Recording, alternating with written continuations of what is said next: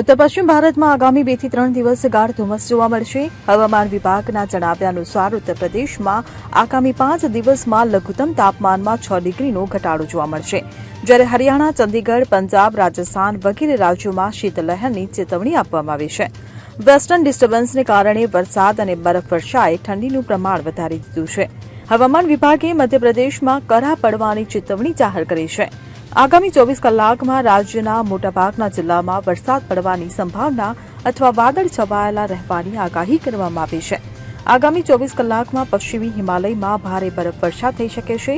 પૂર્વ ઉત્તર પ્રદેશ અને પૂર્વ મધ્યપ્રદેશમાં પણ હળવો વરસાદ પડી શકે છે, જ્યારે કેરળ, લક્ષદ્વીપમાં પણ વરસાદની આગાહી કરવામાં આવી છે.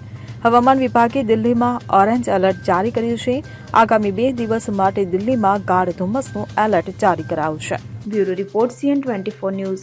હવે જુઓ દેશ દુનિયાની તમામ ખબરો તમારી આંગળીના ટેરવે. ઉઠાવો મોબાઈલ અને Google Play Store પરથી ડાઉનલોડ કરો અમારી CN24 ન્યૂઝ મોબાઈલ એપ.